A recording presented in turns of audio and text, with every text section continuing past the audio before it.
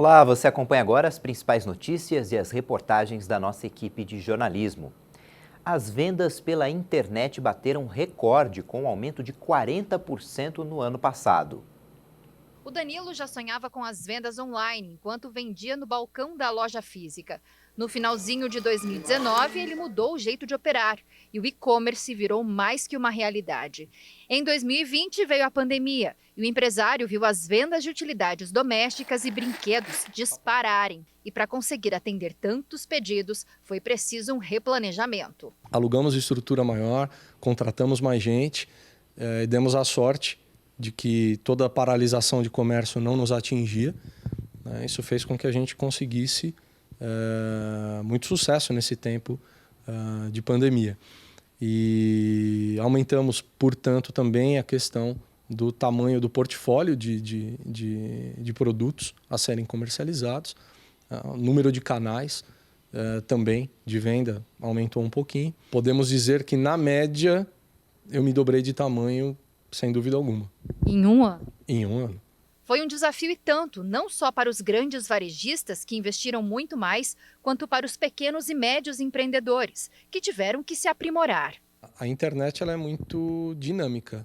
Você está sempre mudando alguma coisa. Deixamos de fazer tanto foco na questão do canal próprio para ir só para marketplace, porque era uma venda mais garantida e mais rápida.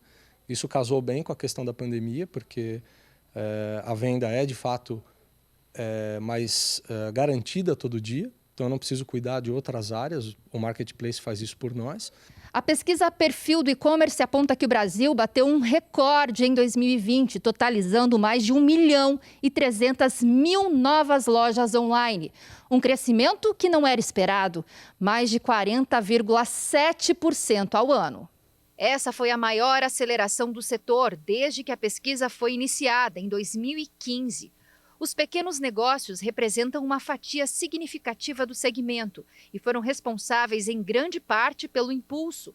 Quase metade das lojas online, 48,6%, faturam até R$250 mil por ano.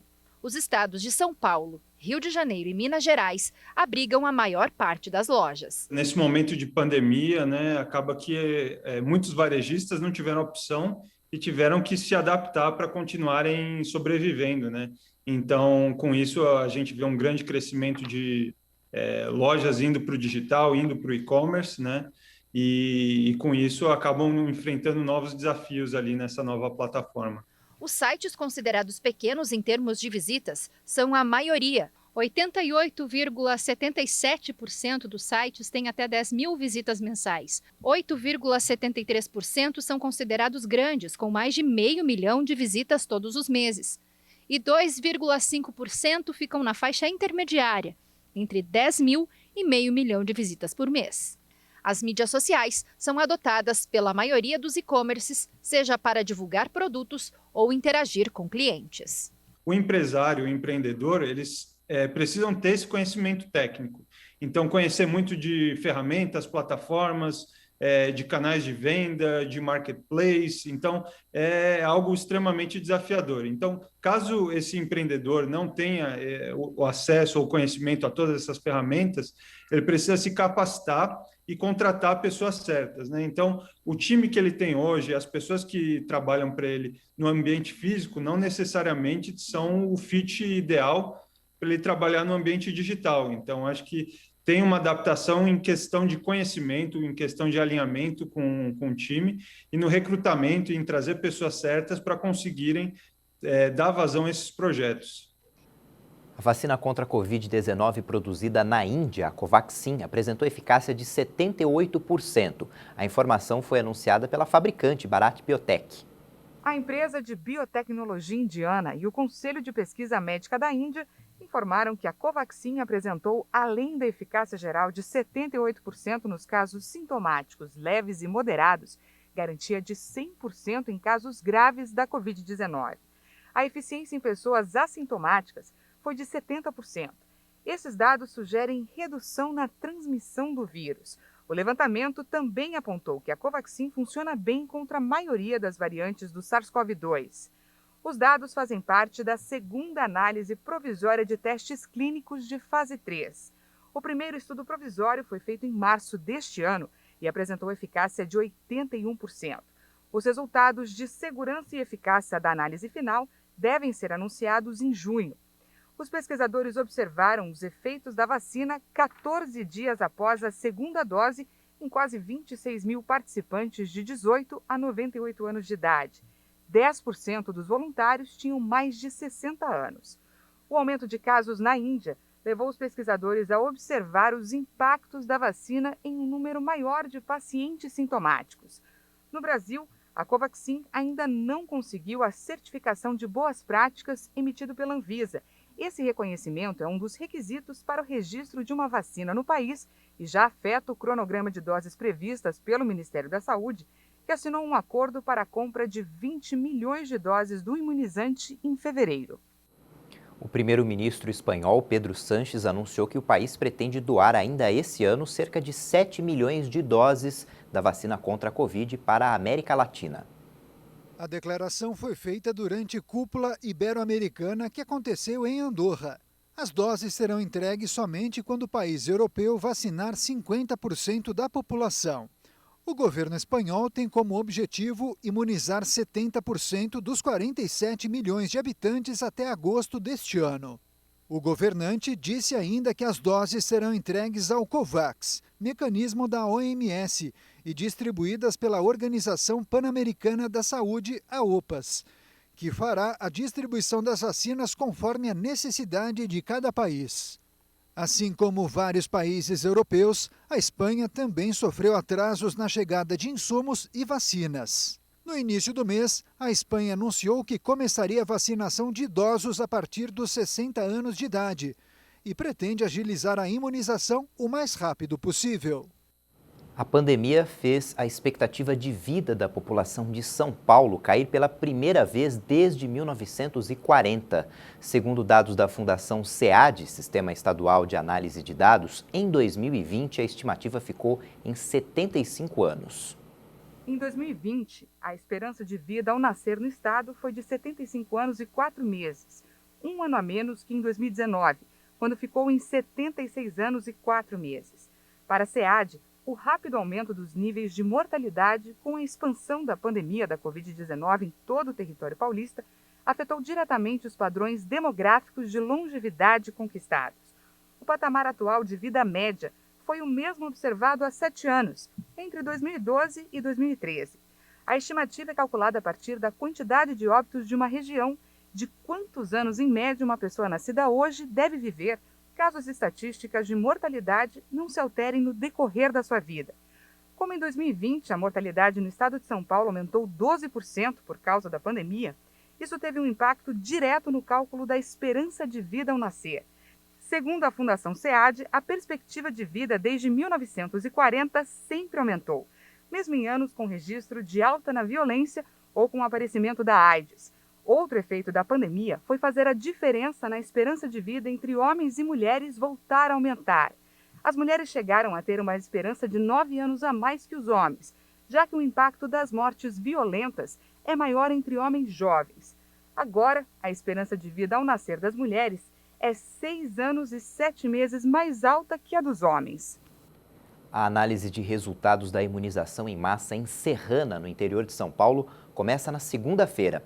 A participação na pesquisa ficou acima do esperado pelos coordenadores do estudo de vacinação. A vacinação em massa contra a Covid-19 em Serrana foi finalizada no último dia 11. A próxima etapa do programa é a análise dos resultados. Os primeiros dados devem ser revelados a partir de maio. A iniciativa do Instituto Butantan estuda a eficiência da Coronavac na diminuição das taxas de transmissão do novo coronavírus. Na avaliação dos cientistas, a fase de imunização obteve sucesso no município. A adesão do público-alvo alcançou quase 98%, ou 27 mil pessoas em uma população de 45.600 habitantes. Outro resultado já revelado foi a queda no número de mortes. Desde fevereiro, no início da pandemia, houve 20 óbitos por Covid na cidade. Destes, 14 foram pessoas que não tomaram a vacina. Das 6 restantes, 5 tomaram somente a primeira dose. E a única pessoa que chegou a receber as 2 doses apresentou os primeiros sintomas 2 dias depois da última aplicação, o que indica que ela foi infectada antes de atingir a imunização. Após a análise dos resultados, os pesquisadores querem descobrir se a vacinação em massa de fato atingiu o objetivo mais importante do projeto: reduzir a transmissibilidade do vírus no município. Muitos pacientes que tiveram Covid têm apresentado perda do olfato e do paladar como sequela. Mas um tratamento desenvolvido em Campo Grande, capital de Mato Grosso do Sul, está registrando resultados muito positivos. O protocolo, que envolve a aplicação de laser e kit de cheiros, é usado hoje em várias partes do Brasil, mas o pioneirismo é daqui de Campo Grande. Nessa doença do Covid, as pessoas perdem o olfato e o paladar e já existe um protocolo do Conselho de Otorrinolaringologia com alguns cheirinhos que o paciente deve levar para casa e fazer esse estímulo. O que nós fizemos? Nós associamos essas duas habilidades, essas duas ciências, com o uso da técnica da aplicação do laser, mais o treino olfativo para esses pacientes, e tem dado uma resposta muito positiva. Na demonstração, a fonoaudióloga aplica o laser e usa o tubo com cheiros, como de café, tangerina, mel. No Covid, existe uma inflamação do nervo olfativo, né? A doença acomete o nervo olfativo e as papilas gustativas. E o que acontece? O laser, ele modula, ele regenera, ele prolifera células sadias, aumentando a capacidade sensorial novamente. Conforme a Sociedade Brasileira de Otorrinolaringologia, 80% dos pacientes de Covid tiveram perdas gustativas e olfativas. A metade deles voltou a sentir cheiro e gosto no decorrer do tempo, e 10% podem ter perdas definitivas. Existem muitos pacientes, por falta de informação, que está vindo depois de 6, 8 meses de sequela, e aí é mais difícil, precisa fazer mais vezes. Quanto mais cedo vier, mais chance de ter 100% de recuperação. O paciente ainda leva para casa kits com cheiros e uma tabela para marcar a evolução dos sentidos no decorrer do tratamento. Flávia teve perda de olfato e paladar. Quando eu tive Covid, que foi recentemente, há um mês atrás, eu perdi completamente o cheiro e o gosto, 100%, não sentia nada. Na primeira sessão, os resultados já apareceram. Foi algo fantástico. E depois foi melhorando, e na terceira sessão, praticamente, eu voltei a sentir o cheiro e o gosto de tudo. Ficar sem sentir cheiro e sem sentir gosto é muito ruim mesmo. Depois do intervalo, a gente mostra um estudo que apontou que o cérebro também pode melhorar com o envelhecimento. Voltamos já.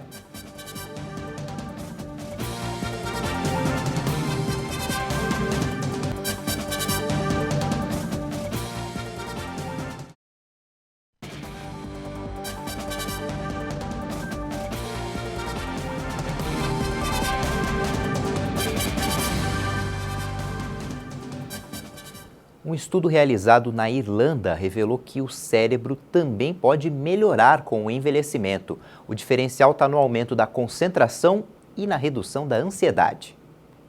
Uma nova pesquisa do Instituto de Neurociência de Dublin traz uma esperança para quem está chegando à terceira idade. Ao contrário dos estudos que revelam os aspectos do declínio mental que ocorre com o envelhecimento, pesquisadores irlandeses mostraram que adultos mais velhos podem manter o foco no que fazem.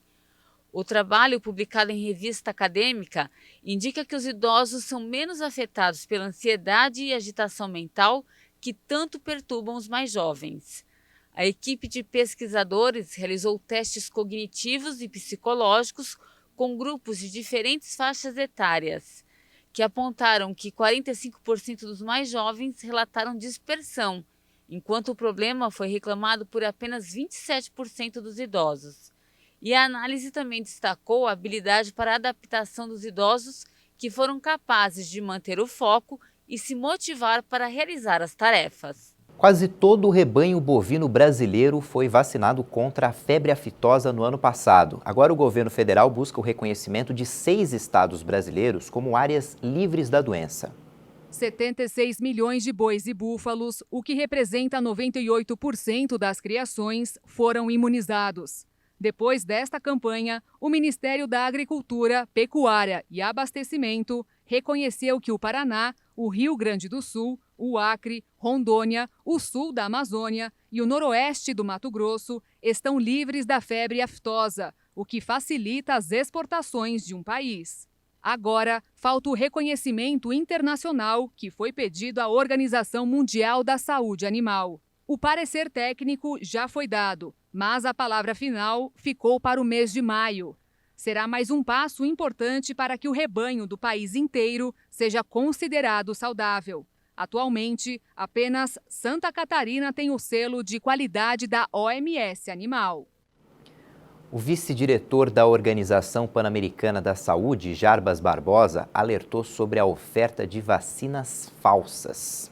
Preocupação com vacinas anti-Covid falsas. O vice-diretor da Organização Pan-Americana da Saúde, Jarbas Barbosa, alertou sobre a oferta de imunizantes falsos em países do continente.